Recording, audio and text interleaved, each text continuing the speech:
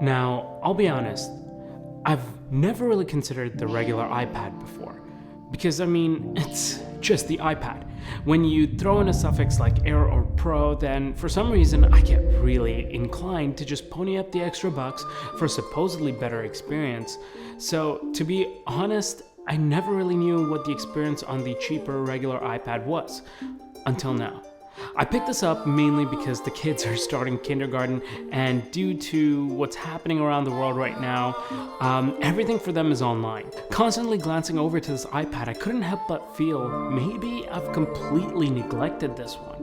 Maybe I've completely underestimated its usefulness and the amount of things it can do, and do them well, albeit at a budget price point, that too. So that's what I wanted to discuss today. Basically, my thoughts on the iPad 8th Gen and why I think it's the best babysitter for kids.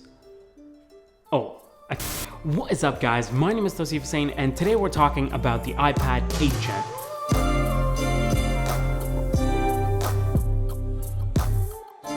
Okay, so what exactly do I like about this basic, average iPad? Well, first and foremost, I think it's obvious that the main selling factor, the draw of the whole thing, is the iPad's price point. That's no surprise. The price is really good at about $329 USD for something that the average person without any complicated requirements can literally use for majority of life's asks. Secondly, I gotta say it's the size and the form factor of the whole thing. It's super portable on a small yet capable screen that's just large enough for multitasking and to get some work done if you need to. So the combination of the two, the form factor and the price, make it what I believe to be the perfect iPad for most users out there. Here are some use cases which I think this iPad fares really well in. If you're looking for a family tablet, then look no further. This is it. This thing is awesome. It's not too expensive where you're worried about younger family members messing it up, and you can just keep it around for anyone who needs to use it. Like if somebody needs an extra screen at home for whatsoever reason, including kids, then it's great. It's awesome for babysitting kids.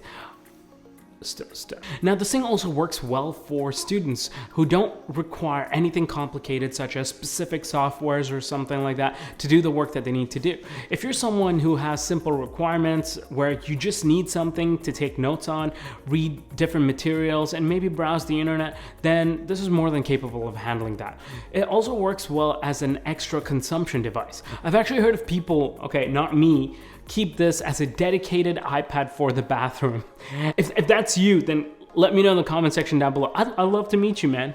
And my personal favorite, which is what my wife and I use it for when the kids' schoolwork is done for the day, which is online learning. It's a perfect device to maybe just throw on a video and learn about a new topic or a new skill. Which brings me to today's sponsor, Skillshare. Come on. Yo, that was smooth. Y'all gotta click on that link just for that seamless integration. But on the real though, y'all gonna wanna check this out because the first 1,000 people that sign up using the link in the description down below are gonna get a free trial to Skillshare Premium. Yeah, you heard that right. Free trial to Skillshare Premium. Now, this is a service which my wife and I have actually paid for, and I can back this up. Skillshare is an online learning platform / community which provides its members access to thousands of inspiring classes for creatives and curious people on topics including illustration, design, photography, video, freelancing, and much more. Class that I'm currently taking is called Productivity Masterclass by Ali Abdaal, which has helped me understand that productivity is all about Newton's first law of motion. You gotta watch the video. Now again, the first 1,000 people to click on the link below in the description of my video will get a free trial to Skillshare Premium, after which you can decide to cancel if it just doesn't work for you. But if it does, the membership works out to just under $10 a month, so you can keep the good times rolling. Well, either way, you don't gotta decide right now. Be one of the first 1,000 and you get to enjoy learning for free. Okay, let's get back to the iPad. Now, one question I had was whether the differences between last year's model, which was the 7th Gen iPad, and this year's was substantial enough in order to warrant getting the newer one. The main difference between last year's model and this year's model is the silicone chip. Last year they had the A10 processor, and this year we have the A12. Now, this actually is a big jump. Apple quantifies it as about 40% increase, but I mean, for this price point, that's some good horsepower. That's basically a 6-core, 2.4 gigahertz processor that my kids are running around the house with. Damn. If you think about that, that's actually insane.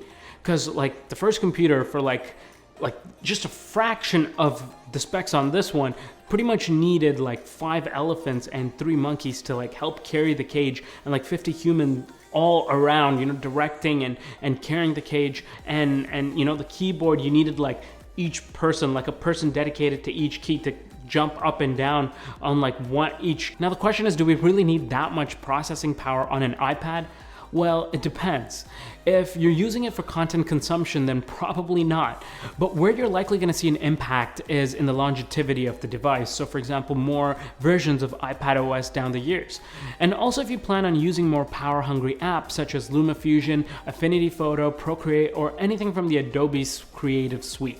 But I think it's important to mention that compared to the other iPads, which are more than twice the price tag of this one's got the exact same software updates that you're gonna get with the iPadOS. So you get all the new widgets and multitasking and all the scribble features and everything, and you even get the new keyboard and the mouse support, which in my opinion is huge. Keyboard and mouse support with the full-fledged Safari and all of that stuff is honestly a big game changer for me, because it allows me to use my iPad naturally for a lot of the daily tasks that I would do otherwise.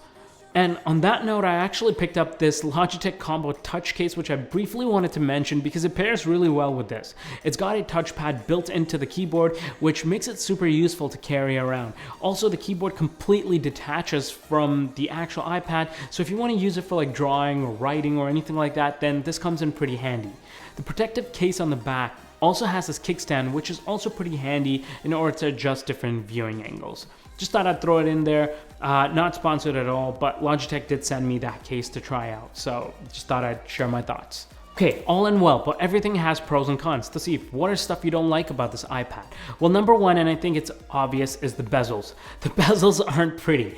And my biggest hurdle using this thing was having those chunky bezels on the top and bottom. Honestly, they never really used to bother me before, but now that I'm a seasoned iPad Pro user, which has like that awesome bezel-less display and everything, these bars on the sides seem ever so present.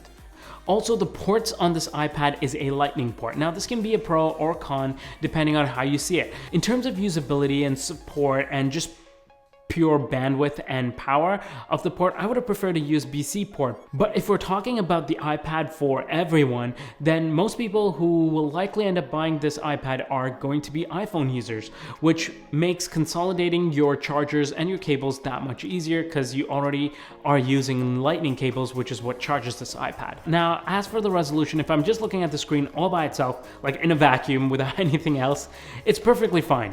But now when I bring my iPad Pro beside it and I start to compare and look at it side by side, then yeah, there's a difference, but you get what you pay for. Also, the camera on this thing is pretty much just reserved for scanning documents. Like, I wouldn't use it for anything else, but then again, hey, that's a pro, I think, because then you won't be tempted to use it to take photos, because just don't be that guy. Okay, let's conclude this thing. All in all, I believe that this is the best bang for buck iPad you can pick up right now.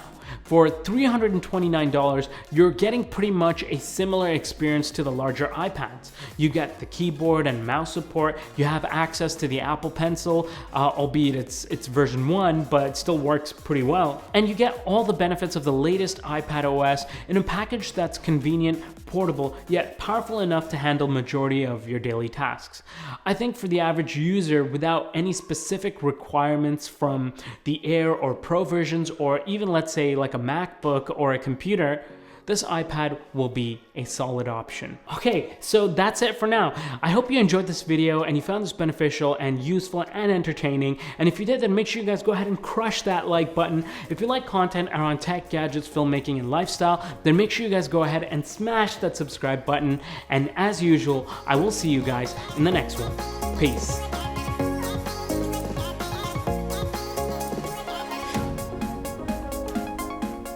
Today we're talking about the iPad, I even want to say iPad Pro, Power for an iPad. Well, if you're just using it as a compulsion, wow.